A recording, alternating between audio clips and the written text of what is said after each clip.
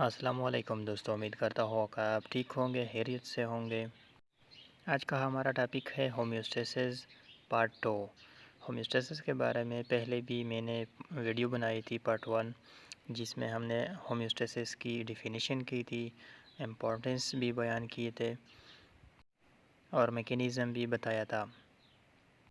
इस वीडियो में feedback mechanism of homeostasis और इसके जो 2 टाइप्स हैं वो भी कवर करेंगे, negative feedback mechanism and positive feedback mechanism.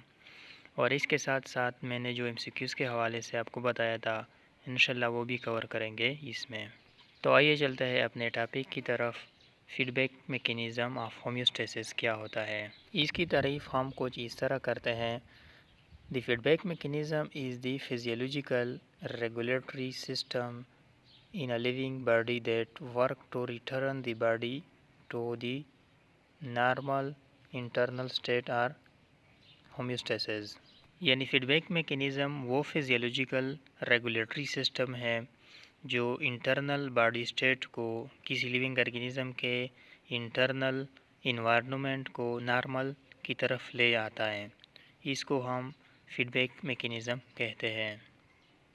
यानी बॉडी के इंटरनल जो इन्वायरमेंट है, इंटरनल स्टेट जो है बॉडी की, उसको नॉर्मल की तरफ लेके आना है ताकि जो बॉडी है वो नॉर्मल तरीके से अपने फंक्शन अदा कर सके और लिविंग ऑर्गेनिज्म ज़िंदा रह सके। इसके पर 2 टाइप्स हैं, negative feedback mechanism and positive feedback mechanism. हम पहले नेगेटिव फीडबैक मैकेनिज़्म को डिफ़ाइन करते हैं कि नेगेटिव फीडबैक मैकेनिज़्म क्या होता है। The homeostatic process that change the direction of stimulus either increase or decrease the stimulus। यानी ये वो होम्योस्टेटिक प्रोसेस हैं जिसमें स्टिमुलस की डायरेक्शन को चेंज किया जाता है। अगर स्टिमुलस ज़्यादा हो रहा है नॉर्मल से तो उसको कम किया जाता है, या अगर कम है तो उसको ज़्यादा की तरफ लेके जाता है। उसको नेगेटिव फीडबैक मैकेनिज़्म कहते हैं।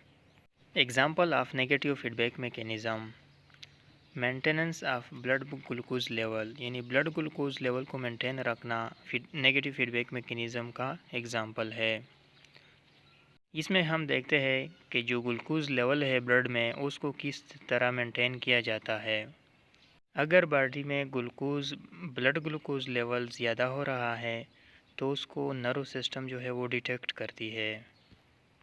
पैर नर्व सिस्टम जो है वो सिग्नल देती है स्पेशल सेल जो होते हैं पेंक्रियाज में, जो सिक्रीशन ऑफ इंसुलिन करते हैं। फिर उन इंसुलिन की सिक्रीशन ज़्यादा की जाती हैं।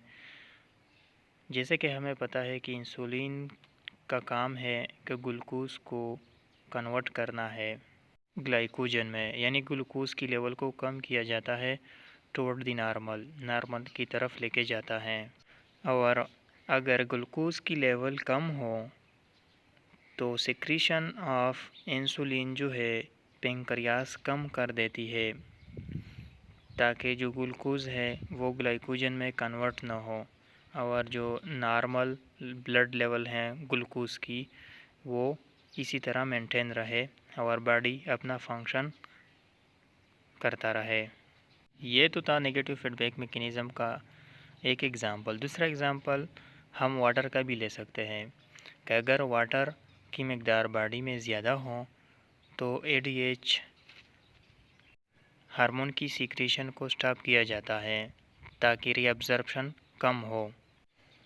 जब रीअब्ज़ॉर्प्शन कम होगी तो यूरिनेशन ज़्यादा होगी, बॉडी से वाटर ज़्यादा निकल जाएगा।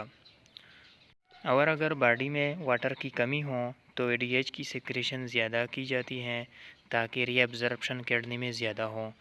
रीअब्ज़ॉर्प्शन का मतलब है कि किडनी में फिर यूरिन कम बनेगी, यानी इसका मतलब है कि वाटर लॉस बॉडी से कम होती है और वाटर बैलेंस जो है उसको मेंटेन किया जाता है।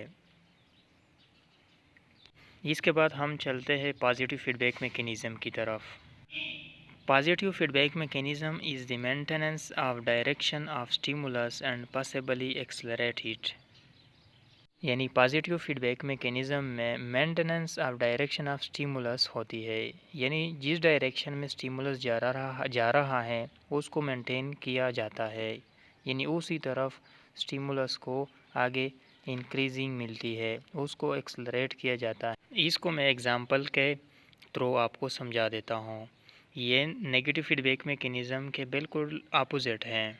नेगेटिव फीडबैक मैकेनिज़्म में स्टिमुलस को अपोजिट डायरेक्शन में कन्वर्ट होना पड़ता था, लेकिन ये उसी डायरेक्शन को कायम रखती है, मेंटेनेंस देती है। तो आइए चलता है इस एग्जांपल की तरफ।